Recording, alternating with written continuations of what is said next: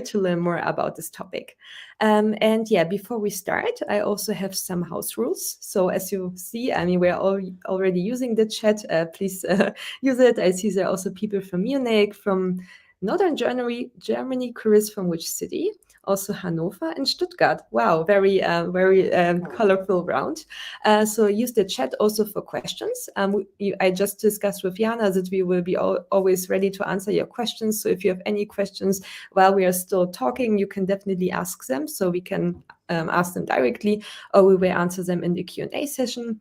And yeah, of course, this webinar will be recorded, so you will be receiving the recording also after the events. So if you want to rewatch something or take some notes, you will get it in the mail inbox. And yeah, did I forget anything? Yeah, of course, if you have any specific questions to the programs, you can check the link also in the chat. You can book a call with one of our program advisors and yeah, get more information. And I think that's all from my side. I think I already talked too much. I'm more curious actually to learn more from Jana and her career change journey. So yeah, everyone, I hope you're ready and looking forward to this session. And yeah, Jana, the floor is yours. Actually, maybe can you introduce yourself to us? Yes, of course. Thank you. So I'm Jana. I live in Berlin almost 20 years now, so quite some time. And I'm currently working at Babbel as junior UX researcher. I started in March at Babbel. And before that, I had, well, quite a journey. So my first professional training, actually, I completed a training as occupational therapist and worked some years. And after that, I studied special education here in Berlin and already worked in some research projects at the university. So that's where I discovered my interest in research. And after that, I worked in different educational settings here in Berlin, in schools, but also in a social startup. And I worked on quite different projects during this time. So I have quite some experience in workshops, so facilitating workshops. And my last job, I also had the opportunity to create some digital learning materials for our clients. Because of the pandemic, we all had to, well, adjust a little bit to work more online. And that's when we decided to bring the educational offerings we had also online. And yeah, that's when I started thinking about doing or working in this area, and also my interest in online education was really started there. And I did some research on UX design and also what programs are available. And because of my last job at a social startup, the funding at some point was cut, and the project I was working on couldn't be financed anymore. So my contract ended, and that's when I decided to do a career change and start the program at CareerFoundry to change from education to digital education. And so that means I had from the beginning the idea or vision to work in some sort of e-learning company. So that's what I wanted. And with quite some luck, also a position opened up at Babbel for a junior researcher, and I got it. So and now I'm there and actually quite happy to work at Babbel and have some amazing colleagues there who are quite experienced in UX design and UX research, from whom I can learn and work with. Cool. Thanks so much for the intro, Jana. I think everyone can see that you experienced a lot of different careers already and were interested in a lot of areas, which is really inspiring. I want to say inspirational, but I think it's inspiring. So thanks for sharing. Also, just to everyone know, you can also use the emojis if you want, if you really like something or want to express. I really like this one. So I'm celebrating now Jana's career change. I think it's always very nice to hear such a success story. And maybe Jana, just to get a little bit more back to your career change journey. I think you already shared a lot with us on where you started and what you all did.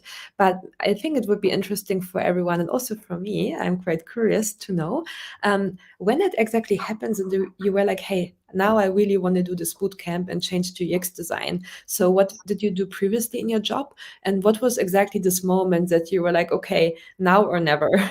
I think that's really a question which everyone usually asks. Yeah, well, my interest in UX design already started a little bit earlier, to be honest, because some of my friends actually changed their career as well, but they completed development boot camp.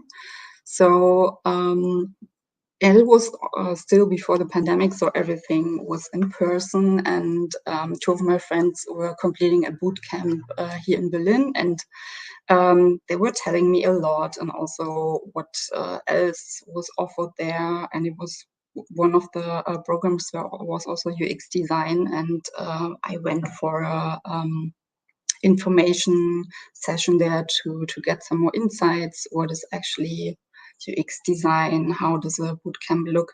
But I was also seeing how much work my friends needed to put in there, and they basically worked, well, sometimes 10 to 12 hours a day, and also on the weekend. So they basically lived there in a space where they did the boot camp. And I was actually a little bit concerned if I would be able to do this without, compromising my health. So it seemed a little bit too much. And also at this time, it was not possible to receive a Bildungsgutschein for this kind of program. So that's why I did not really think about it further. And then I basically came back to UX at my last job, where I was creating digital learning materials. And I also learned that it is possible to finance it or do it by Bildungsgutschein. And another thing was the social startup I worked for. We offered group coachings and one-on-one coachings for career changes, mostly, or well, only neurodivergent people. And I actually had a client who wanted to do a UX program, and she decided to do it with CareerFoundry. And that's where I learned that it is possible to do it online and with a little bit more time and more like self organized. So at this point, I already knew if I would do it, I would definitely do it with CareerFoundry. And well, when I received the notice that my contract will not be extended by the end of the year, it was 2019. I thought, okay, so now or never, because if I quit my job, I don't receive easily Arbeitslosengeld, and it's not so easy to actually get a Bildungsgutschein. I mean, it can be done, but it's more difficult. And I thought, okay, if my contract just ends, that's perfect. And well, yeah. Then I, of course, talked with my friends who did a boot camp, what they think, and made a list with like pro and contra and things like this. But eventually, I thought that's a chance actually to do it. No, thanks so much. I think that's you touched upon a lot of points. I actually made some notes because I think all of them quite interesting. I think doing a pro and con list is a really good start, right? To really see for yourself, hey, should I do it now or not, right? And to really put all the pros, and I think most likely there are more pros, right? Because a career change is always like also in your chapter, you learn something new, and you might really land a better job for yourself, which is more creative.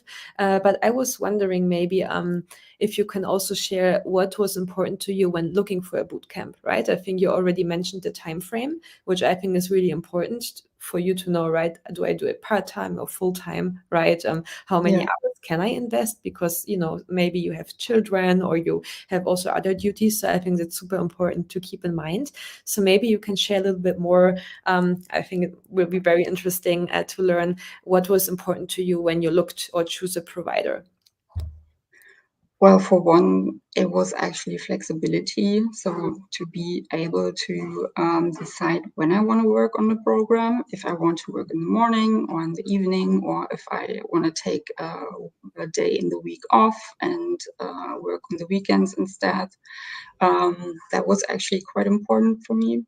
And also, I quite like the idea not being in some kind of classroom because it's harder for me to concentrate with a lot of people around me. So it's actually easier for me to work from home. Yeah, but I think it was mostly working with a guided program, but in my own time. I mean, of course, there's a certain deadline when you have to be finished, but being able to have some flexibility and also basically doing the boot camp from wherever I am, also being able to travel or just stay with some friends or my parents for a week and just doing it there was actually quite nice. It's always the same. I always unmuting and muting myself, even I worked the last years remotely. Yeah, thanks for sharing. I think the flexibility part is one which really comes up a lot when people choose a bootcamp or decide to reskill. And along with that, as usually reskilling and do it on their own, right, is linked also to discipline and right, also adjusting your time to yourself, making sure you do the tasks.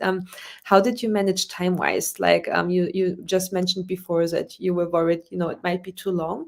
What helped you kind of to organize yourself?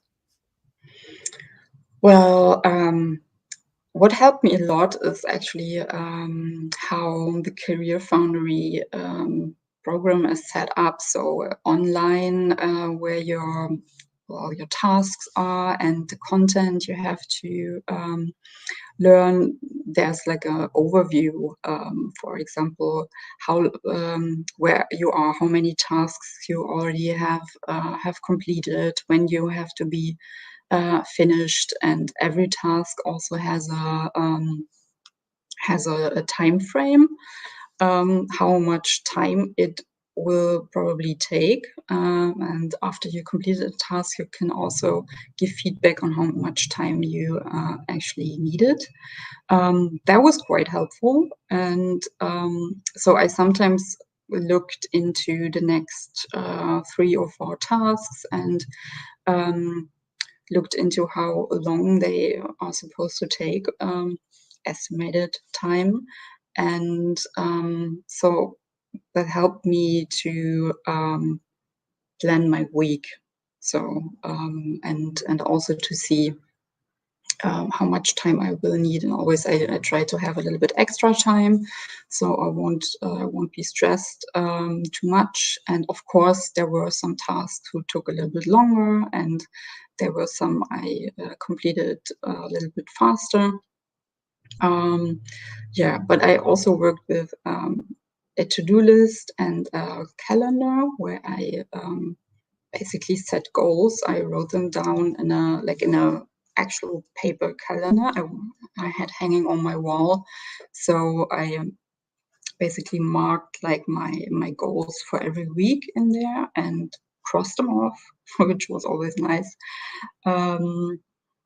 Yeah, and I also did the preparation course CareerFoundry offers, where there are some tasks in there and exercises to how you can set goals, how to think also about resources.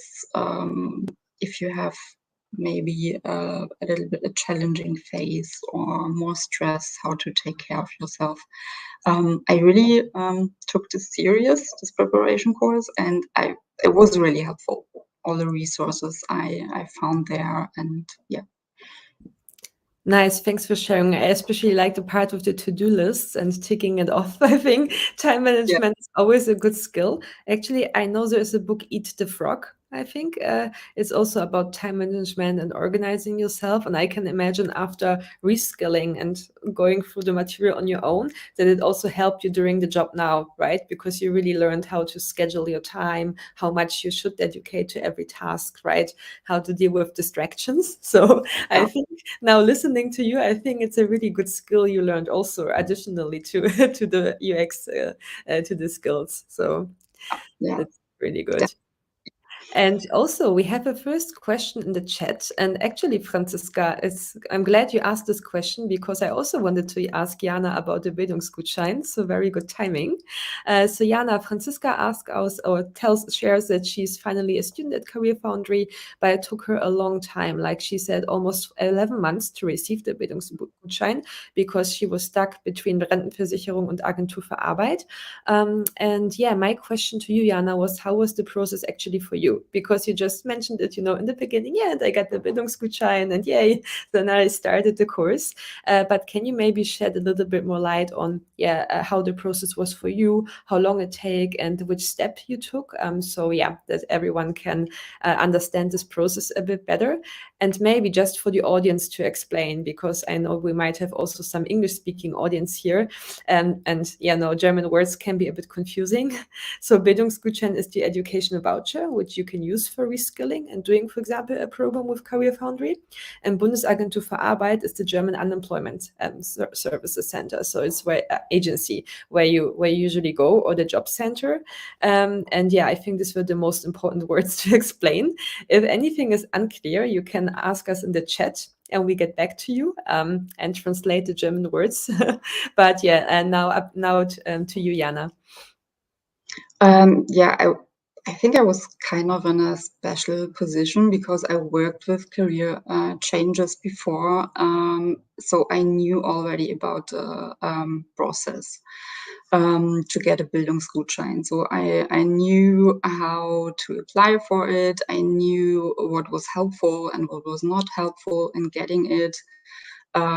So I tried to be as prepared or as well prepared as possible.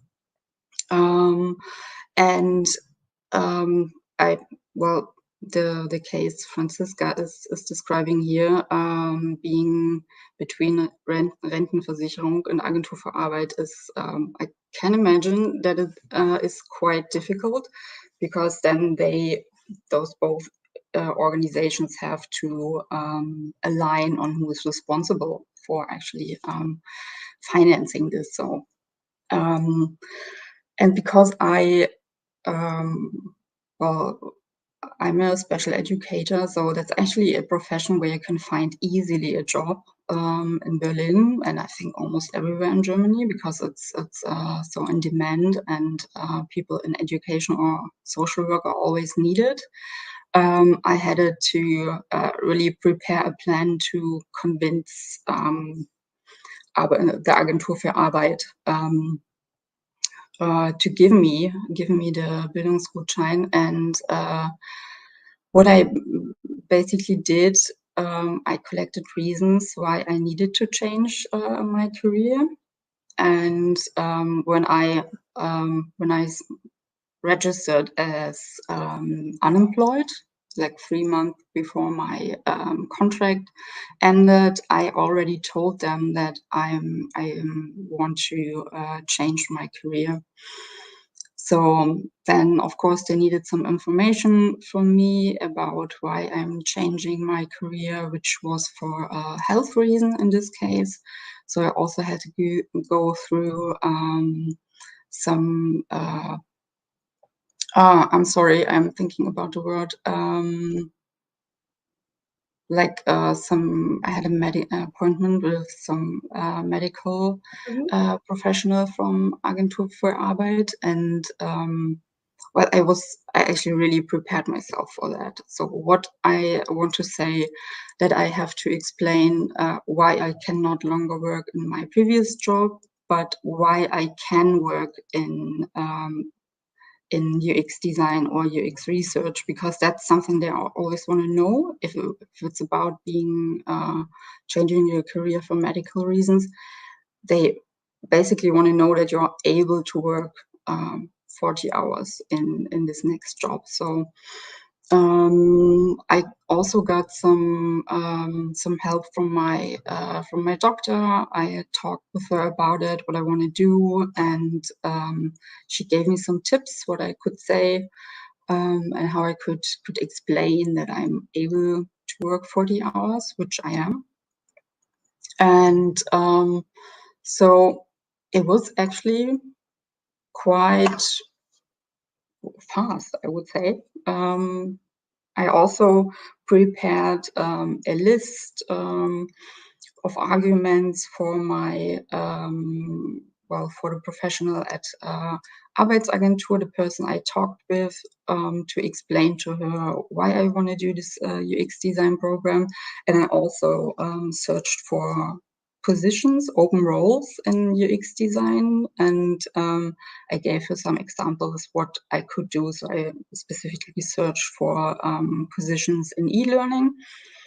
So to explain to her, I can use my experience in education to work in this area, but I need some more expertise when it comes to design and research. So what was really helpful for me was actually getting advice from other people and getting support from others and prepare myself very well. Yeah, thank you, Jana. I think, as you mentioned, every situation is also individual, right? Because it really depends what did you do in your previous job and which stage you're currently in. So obviously we can't give you a black and white answer, and also no legal advice, just mentioning this here. We can only share from experience. But as Jana mentioned, I think the most important when booking the appointment and going there is really to have a list prepared for yourself where you really map out, right, all the important points and are prepared. So as was already mentioned, why you want to do this career change, right? How will it help you in your next career step? You can also outline what you did in your previous job, right? And how you can use these skills plus the new skills and find an even better job, which is, a better possibility in the market, in the job market now, right? Because as we know, the job market is developing fast. We have AI, we have tech, and a lot of jobs change. So of course, it's really good to be upskilled, right, and to find more opportunities. So of course, then the bootcamp might be a good option. So that's, for example, also a point you can mention and prepare for, right? So at the end, the person you're talking to wants the best for you, right? They really want to support you to stay on the job market, to not be unemployed. So I think the more you can show them that you did your research, that you already know in which field you would like to work, and maybe also bring in some job ads, right? You found you can show that you, for example, in your city, that you would apply for when you finish the program. I think these are also some very relevant points. And yeah, unfortunately, time-wise, it's very hard to say how long the process takes. I know from people who really received it within 3 weeks or 2 weeks, but in other cases, it took longer time, which can, also depend on the city you live in. Maybe you just need some more documents, and it takes longer that the advisor gets back to you. So unfortunately, it's very hard to say. And I think in this case, Jana was lucky, right? Went quite fast at the end. But yeah, unfortunately, in some cases, it might take longer. But thank you for sharing, Franziska. I think it's really great that you can finally study with us. So I really hope you enjoy the program.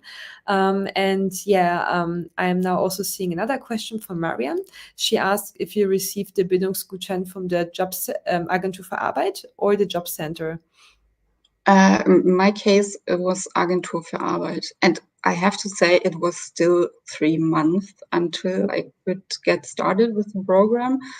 But within these 3 months, I had also the medical exam, and they had to wait for the report to get back to the Arbeitsagentur. So from my experience, this is quite fast. Yeah. Perfect. Yeah, generally what you can do, we can also share the link here in the chat so you can check, or you also Google. It's sometimes hard to know which job center or Agentur für Arbeit is responsible for you. So I always, especially if you live in a big city, right, there are a lot of centers, and usually it works like it in Germany that you need to go to the center which is in your area. Like I saw there are a lot of people from Berlin here. So if you, for example, live in Kreuzberg, you can't just go to Mitte. They will just tell you, hey, you're not in the right center. You need to go back to Kreuzberg. So I would just, if you're currently, I don't know at what stage everyone here is, but just check which job center is responsible for you. You can also create a profile on the platform of the Bundesagentur für Arbeit, where you can also book appointments and get in touch. And then usually they should really help you with which person you should talk to. But yeah, that's kind of my advice here. Maybe also Jana, as you went through this process, how did you get your advisor? How did this work? Because I think for a lot of people, it's still a bit unclear, right? You're unemployed, you register, but especially for people who move to Germany, it's like, oh, where do I start, right? Do you remember a bit the steps you took? Yes, I remember that I registered as unemployed. Like it's basically you have to register in Germany as soon as you know you will be unemployed. So which was for me a little bit ahead of the time because I was still in a job, and I did it actually on phone, and then I got back some questionnaires I had to fill out because I already said I have some health restrictions that limit me in getting another job in the area I was working. And then I first got the appointment for the medical exam. And after that, I got an email from my advisor. So she reached out to me with an appointment. And at this time, it was, I think, a phone call. Yeah, it was a phone call. But it was, I would say, like 1 week or so after the medical exam. So, yeah. Cool. Yeah, thank you. That's, I think, super valuable. And also nowadays, you don't need always to go in person. You can also book online appointments with the Bundesagentur für Arbeit, which I think is nice too. So I have also recently a friend, she had a first in-person appointment and then a scheduled online appointment. So I think that's also good to know. I'm going through the questions in the chat. Really nice. I see a lot of questions. That's great. I love it when it's engaged and there are so many questions. I hope I forget none, but I saw also one related to the Bildungsgutschein. It was about the Anmeldung. Does one, Firat asked, if does one have to apply in the city where they have their Anmeldung? Yes, you definitely need to go to the Bundesagentur für Arbeit or job center in the city you are registered in and have your Anmeldung. For everyone who doesn't know what the Anmeldung is, it's one of the most important documents in Germany. It's basically like your registration certificate, and you need always to obtain it once you relocate to Germany. It's the first thing you usually do because you need the document for almost everything. Opening a bank account, getting your visa, I don't know, signing up for a gym membership. I think even then they ask for the Anmeldung. So I really hope you do have one. And it's important that you always, when you move to another place, you deregister and register again. One reason for this is also your post, right? Because if you are registered, for example, let's say in Ludwigsburg, and you moved just to Berlin, but you're not registered in Berlin, all your official letters and everything will go to Ludwigsburg.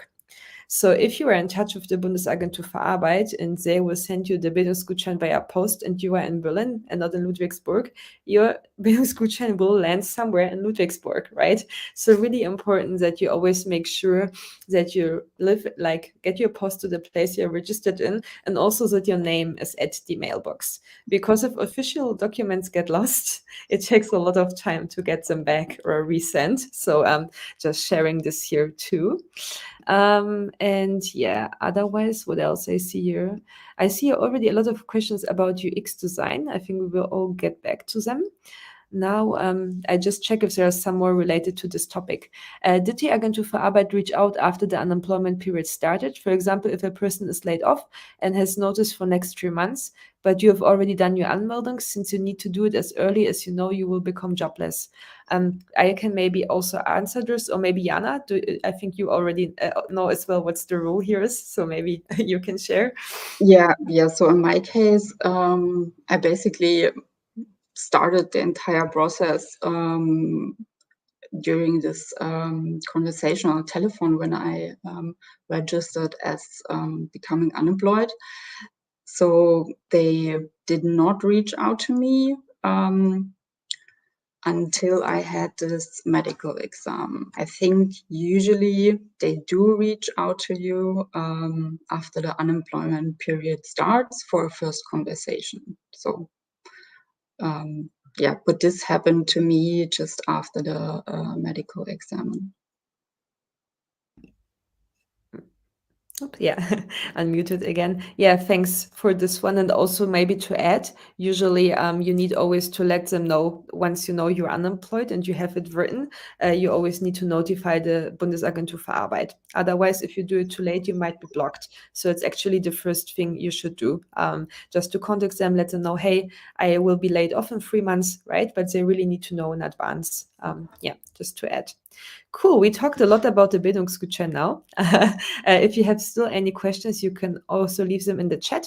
And I will also leave the emails, so you can always reach out. My email, if you have any Bildungsgutschein questions, and we can also, if we don't manage today, discuss them later on.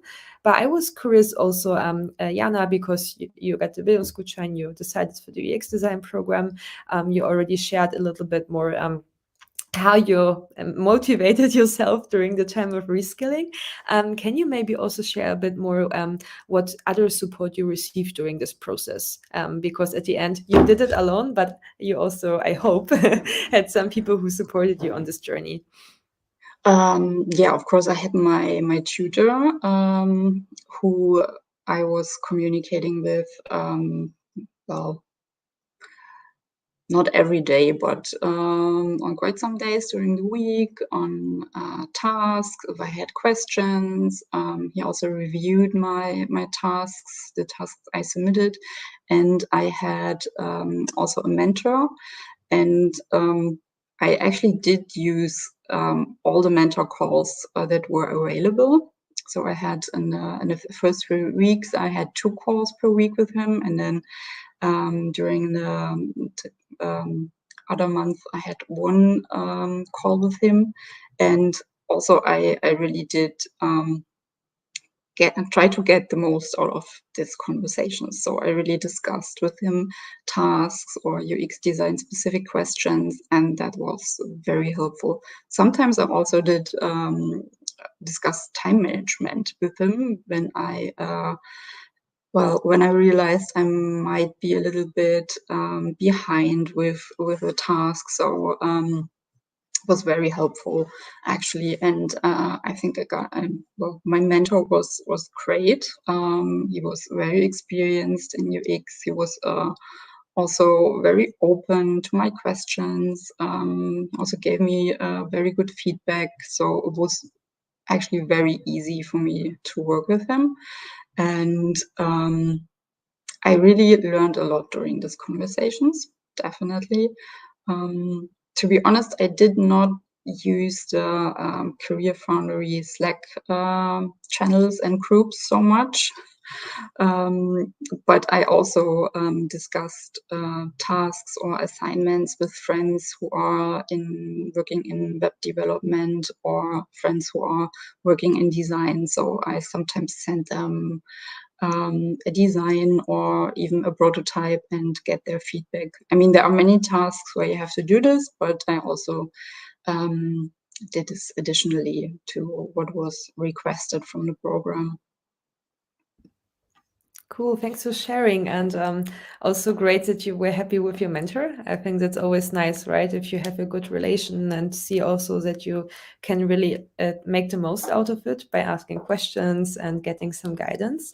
Do you have also like a highlight from your UX design journey, like something which is really like in your mind, what you enjoyed the most?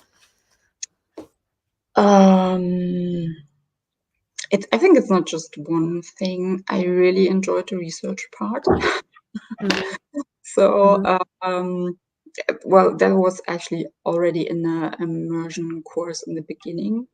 Is it immersion course? And the first 3 weeks where I realized I really like doing research. So, and I also like analyzing interviews and surveys. But what was definitely a highlight was having a full prototype, like having a clickable prototype that I created and was actually working very well. So that was definitely a highlight, and it was a lot of work, but that's definitely something I was kind of amazed by it to see that I actually could do this. So that was really a highlight. Yeah, I think also seeing this result, right? This outcome, like you put so much work in. Yeah, I can imagine that it's rewarding, like to see a result. Yeah, Nice. definitely. Nice. And also because we talked now about, how great it is, of course, to reskill, and you already mentioned before uh, some highlights. But was there also like a bigger challenge you overcame during this whole process? Like something where like maybe also a period of time which was very challenging for you? And can you share how you overcame it? Well, I think the most challenging part was the job search, to be honest. So the course was worked very well for me. I think I mean I spoke to other people who also completed the course. I and said it was quite challenging for them. So I think it depends a lot. But I felt like it was challenging, but not too challenging. Still, in a way where I felt like, okay, I can achieve this. So that was actually nice. But the job search was quite challenging for me because I mean, it took some time for me to find a job. It was actually 6 months until 5 months, but then I had still a few weeks left until I started Babbel.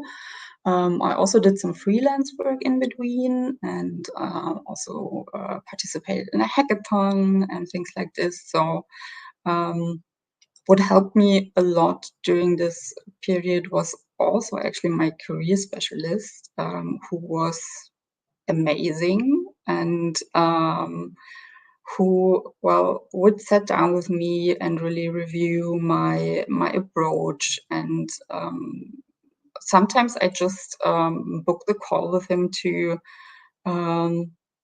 talk with him about why I'm frustrated at the moment. And he was always so good and in helping me sort out what's actually the challenge at the moment, what I can do to overcome it. So it was very helpful.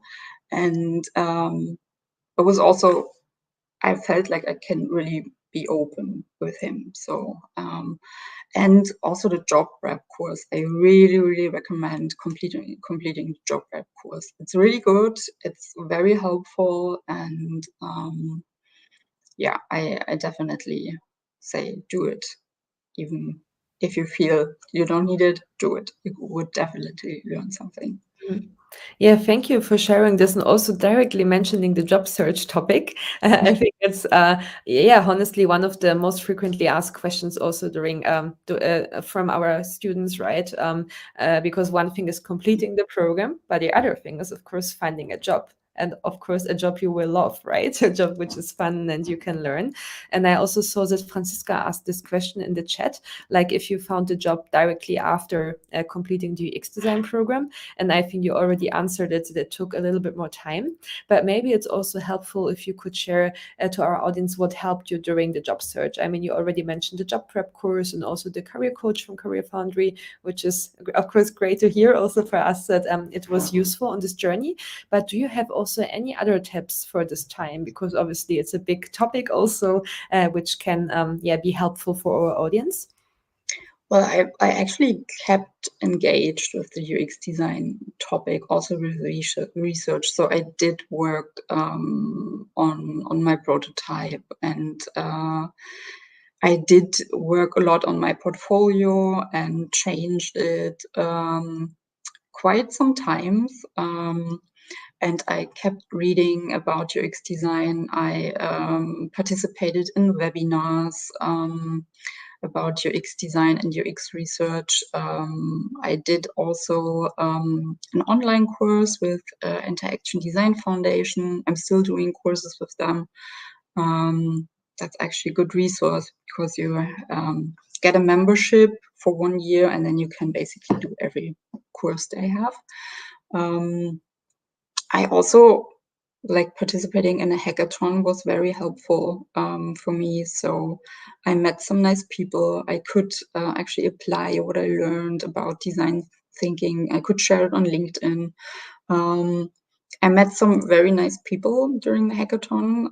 One person I became friends with, so that's actually very nice. She also did the UX design and UI design program with CareerFoundry.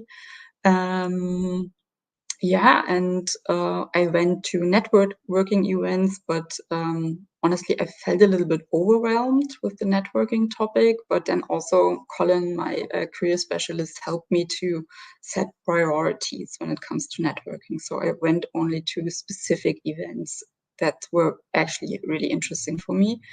And I always went there with someone else. I never went alone. And yeah, changing my strategy actually helped me a lot, and really working continuously on my cover letter, on my CV. So I also changed my CV according to the job that was offered. I actually really um, changed my cover letters depending on the job, and I often ask for feedback. My career specialist, I did ask him very often for feedback, and yeah, so it's actually you will if you do the UX course or another program with CareerFoundry and then do the job prep course. It's all the everything CareerFoundry basically says in there is true. It needs quite some work to tailor your cover letter, but it is really helpful. I would say it definitely worked for me. And Thanks. someone is asking about a hackathon. Should I just Yeah, quickly explain yeah, that? yeah. You can just put it in the chat. Thank you.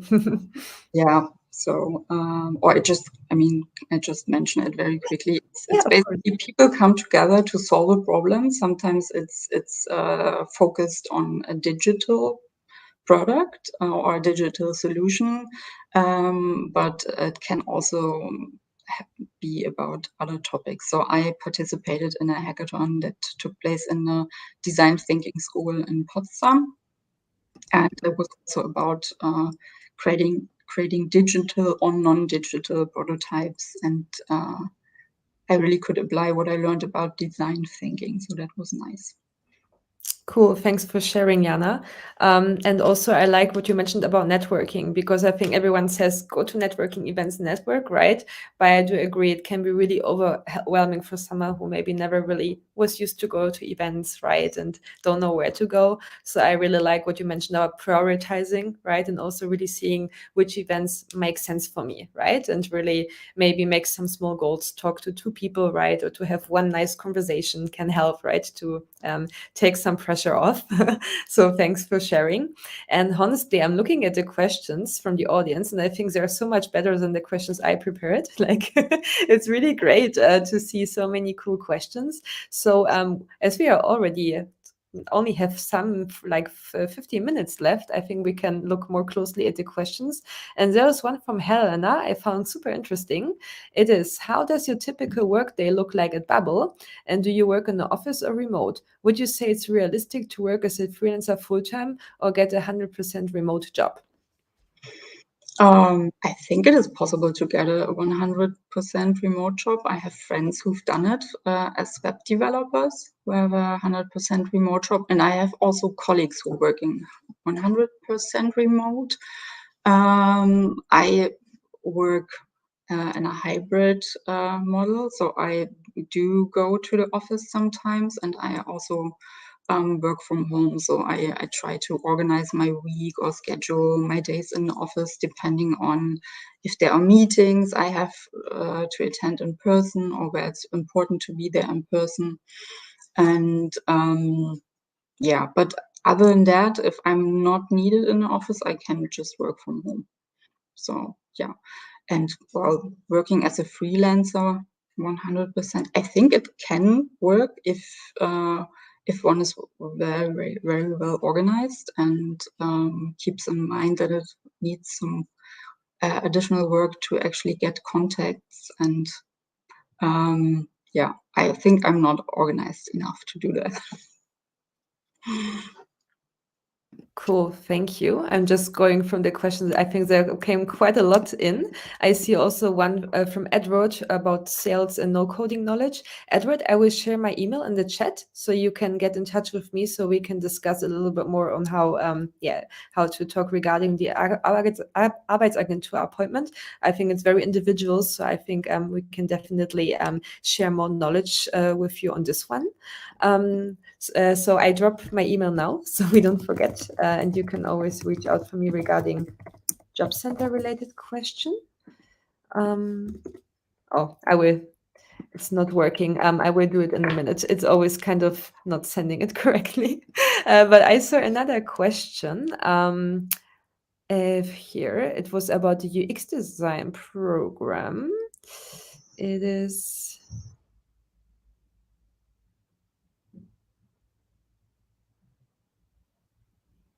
Okay, where we go down here? I think it was here. It's a lot of question, which is great, but it's also easy to lose some. But I saw here one, from Fabrice. What qualifications do I get after the UX design course?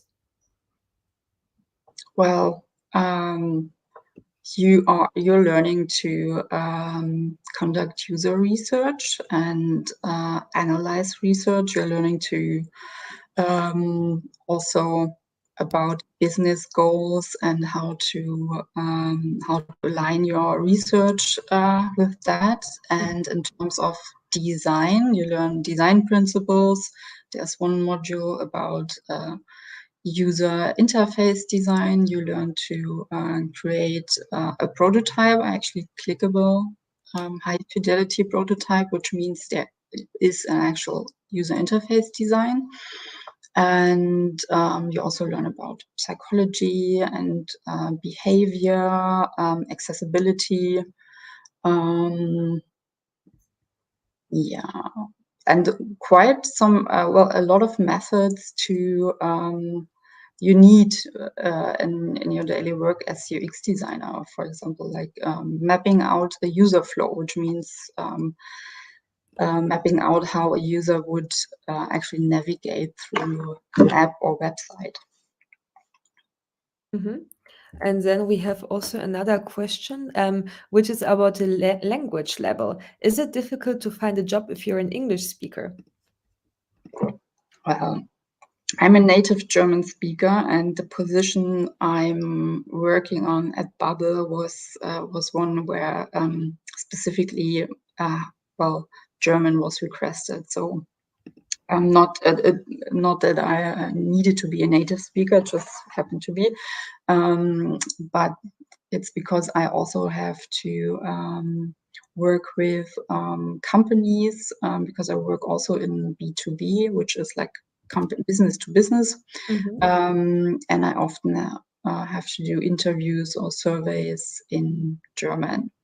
So other than that, I think positions where you don't need German, but that's something I'm not so I'm not the right person to ask. I think Olivia, you might be able to say more. Yeah, I think I would say if you're in Berlin, and I saw that a lot of people here are in Berlin, I think that generally most of the jobs, especially in startups, is really possible to do in English.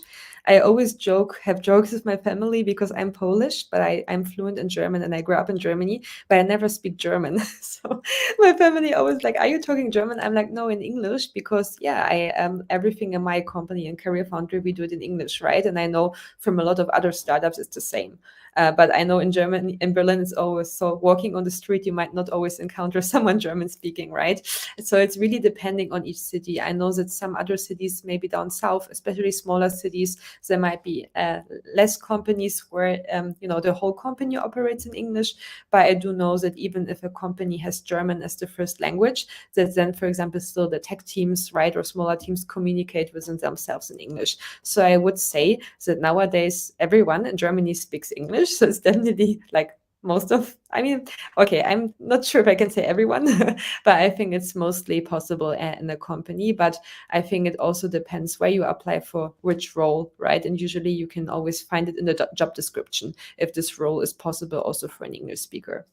I hope I could answer this question. I think it really depends where you apply to.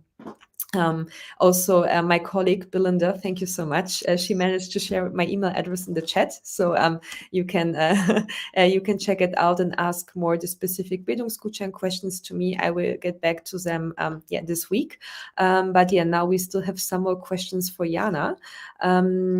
So I think one here is also I put some off. So here, one from Annika. Hi, Jana. Thanks for sharing. I finished the CF UX design program and would love to get a UX research position, but so far I have only received rejections on my applications. It would be great if you could share some tips on how to get in a research position. How did you approach it? Did you do some kind of additional training like data analysis? And would it be possible to do a research internship at Babbel?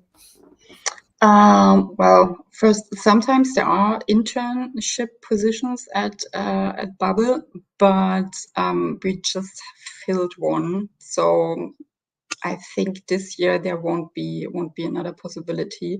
Also because we don't do so much research with our learners during the Christmas time. So it will be a little bit quieter, or we will do other research projects in this time. And what would help me is that I actually do have some experience in research and academic research, but I have worked in research projects, and I think what was helpful to really create or really create a CV and also a cover letter that highlights my experience and really highlights why I'm qualified for this position. I have to say I also did research in language learning in university, so that was I think also quite helpful for Babbel, and also because I have some experience in education, so really looking at what have you done before and what actually connects to your role, to the UX researcher role, and highlighting that in your cover letter and CV, I think is helpful. And it's also helpful what I did. I have one project in my portfolio that is only focused on research. So I have one that has a prototype and also UI design in it, but I have one that's specifically focused on research. So I think that's also good to really show a research project. And I didn't do additional training like data analysis. I'm planning on doing a course now that I'm at Babbel, but it definitely helped me to do a additional course on research with the Interaction Design Foundation about quantitative and qualitative research. So it helped me to learn a little bit more and understand more about the process in the company and how research methods are chosen, which is something I've been asked in basically every interview I had for research positions. So that was very helpful. And I also have to say it's true, you have to dedicate a lot of time for the take-home challenge. I worked a lot on my take-home challenge, and I basically blocked in 1 week to prepare for the interview where I had to present my task. Cool, thanks so much. I think that's also super helpful. And I already saw that you shared your portfolio in the chat. So I saw several times someone asked for Jana's portfolio. You can find it. She just shared the link. So feel free to check it out. And yeah, I think generally I scanned a bit the chat. There were also questions about taking holidays during the program. Generally, it's possible, but you always need to inform us and also the Bundesagentur für Arbeit.